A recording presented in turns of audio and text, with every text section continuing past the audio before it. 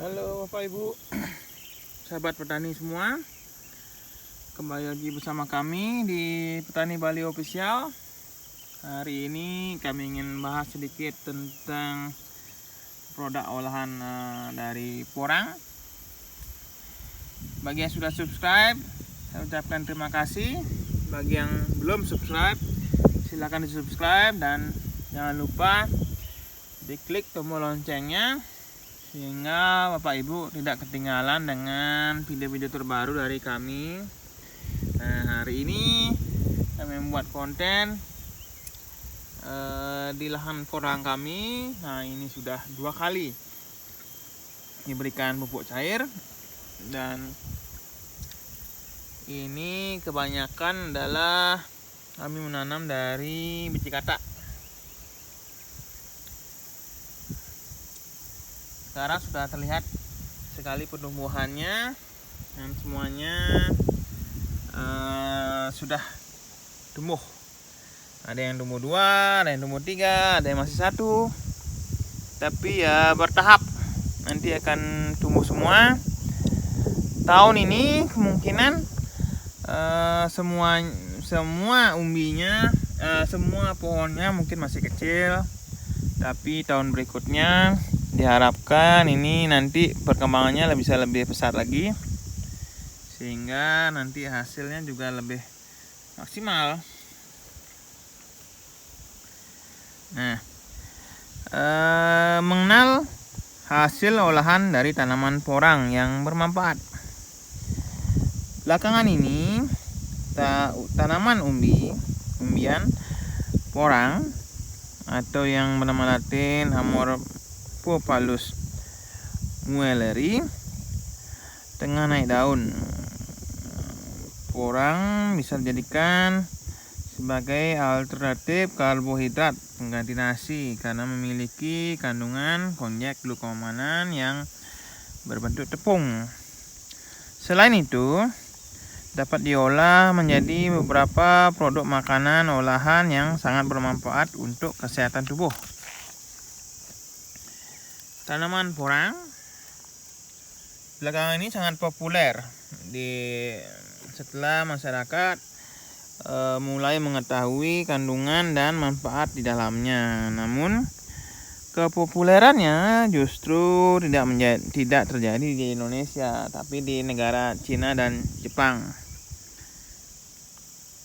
dan juga Korea Selatan. Di negara tersebut tanaman porang sudah populer karena memang mereka terlebih dahulu mengolahnya, tahu tentang cara pengolahan, pemanfaatannya, sehingga mereka dari dulu sudah sering mengkonsumsi.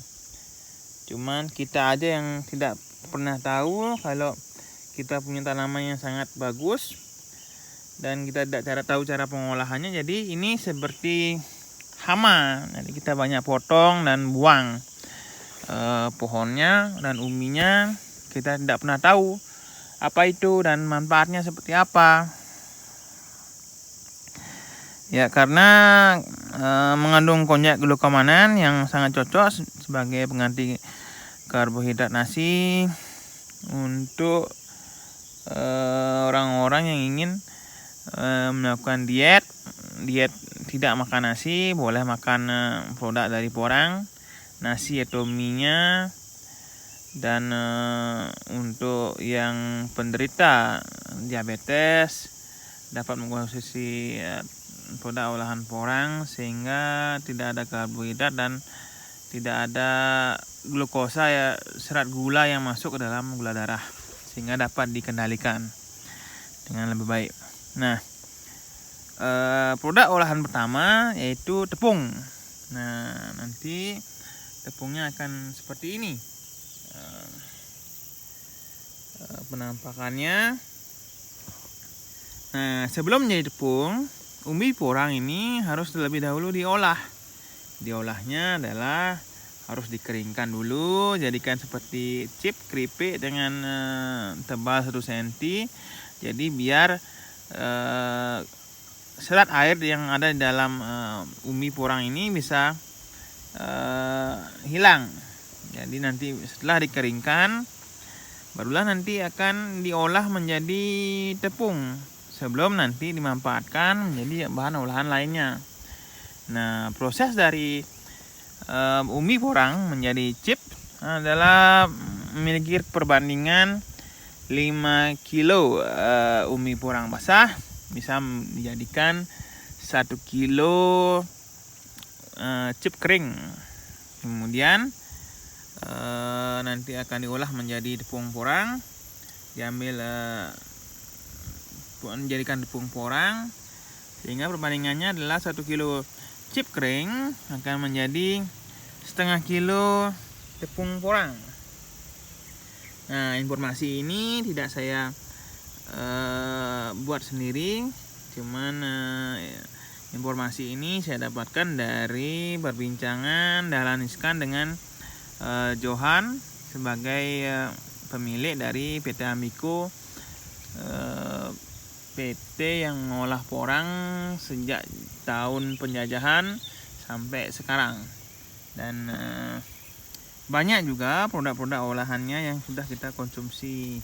Jadi ada beras porang dan mie-nya, dan mereka juga membuat tepung. Jadi kalau negara-negara lain yang tidak punya pengolahan dari chip kering menjadi tepung, nah mereka sudah siap. Jadi tinggal dibeli tepung porangnya, habis itu nanti tinggal diolah menjadi bahan makanan yang diinginkan.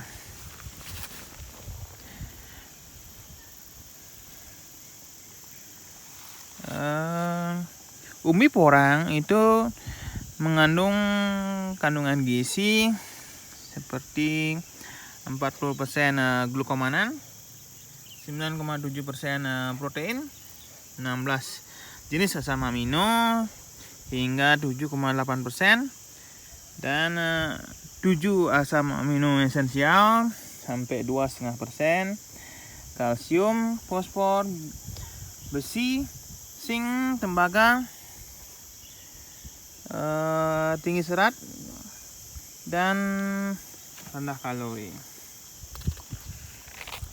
Nah, selain itu setiap 100 gram umbi porang memiliki kandungan gizi seperti 50 gram glukomanan, karbohidrat meliputi glukosa, fruktosa, sukrosa, 1,64 gram protein, 0,0004 gram lemak, 57 mg fosfor, 4,06 mg besi, 0,2 mg mangan, dan 0,08 mg tembaga.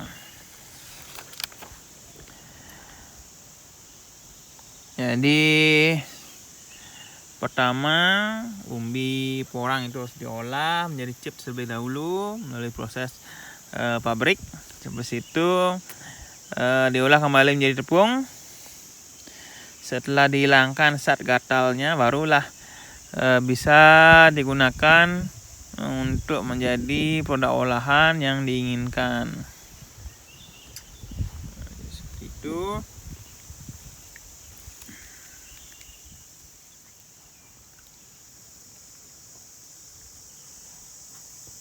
Nah, produk selanjutnya ada yang namanya beras shirataki.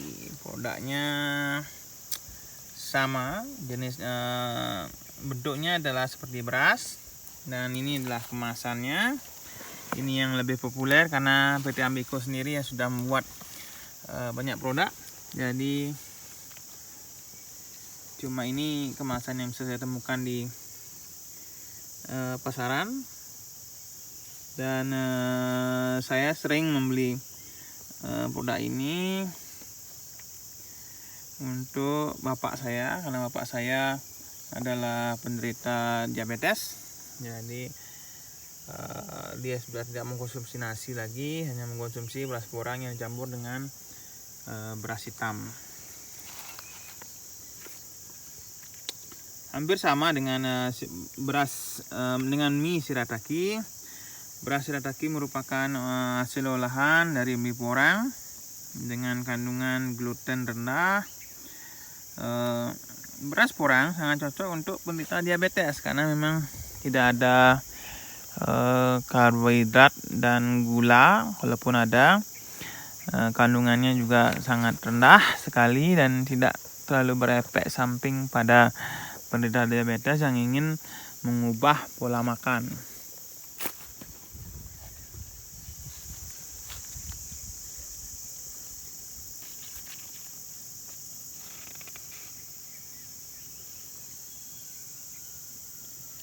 Selanjutnya ada yang namanya mie shirataki.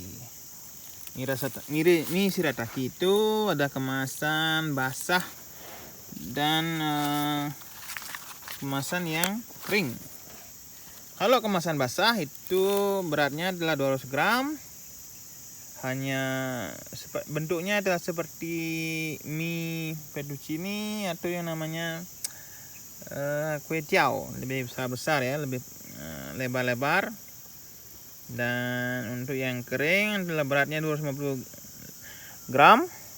Cuma yang kering ini karena isinya banyak dan ketika direbus dia akan mengembang. Dan ya untuk satu kali porsi makan cukup lah. Cuman saya sarankan untuk mencoba dulu satu porsi. Nah, satu gulung mie-nya itu sudah satu porsi, jadi cukup banyak isinya. Mie shirataki sekarang sangat populer di Jepang karena sangat efektif sebagai pengganti nasi, di mana di Jepang itu kan lebih banyak mengkonsumsi mie. Di Cina juga seperti itu, dan di Korea juga ada yang seperti itu. Sehingga sangat cocok sekali untuk menurunkan berat badan, dimana dari segi tekstur dan kekenyalannya bisa bersaing dengan mie yang dibuat dari tepung gandum. Mie shirataki juga rendah kolesterol dan tinggi serat. Nah, selain ketiga produk tadi, olahan porang lainnya adalah agar-agar, tahu, bakso, dan lain-lainnya.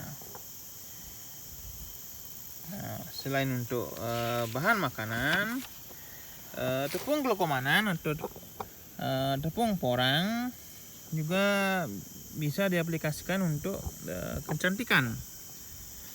Karena kandungan glukomanan, asam oksalat, dan beberapa kandungan lainnya dapat memberikan manfaat khusus pada kulit. Di antaranya dengan mencampurkan tepung porang dengan bengkoang akan meningkatkan kandungan vitamin C sehingga dapat mencerahkan kulit wajah jika diaplikasikan pada wajah secara terus-menerus. Selain itu dapat menghilangkan jerawat pada wajah dan dapat digunakan sebagai anti-inflamasi pada kulit dan dapat mengatasi peradangan pada kulit.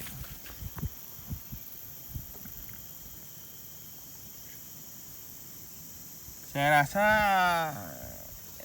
hanya itu yang ingin saya bahas saat ini. Bagi yang menyukai video ini, silahkan di like. Bagi yang merasa info ini sangat bermanfaat bagi Bapak Ibu, teman dan keluarga Bapak Ibu petani semua, silahkan di share. Dan jika ada pertanyaan silahkan di komen seputar pengolahan lahan dan budidaya porang, pemupukan dan lain-lainnya. Silahkan di komentar dan semoga saya bisa menjawab dengan segera. Dan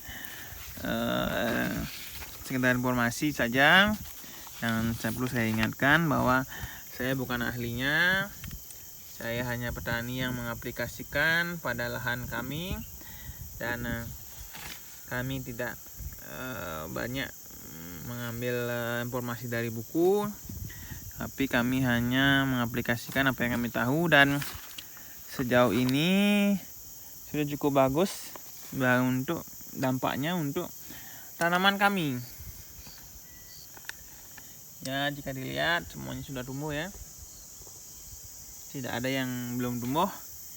Kemungkinan ada beberapa yang di bawah yang umbi itu banyak yang belum tumbuh.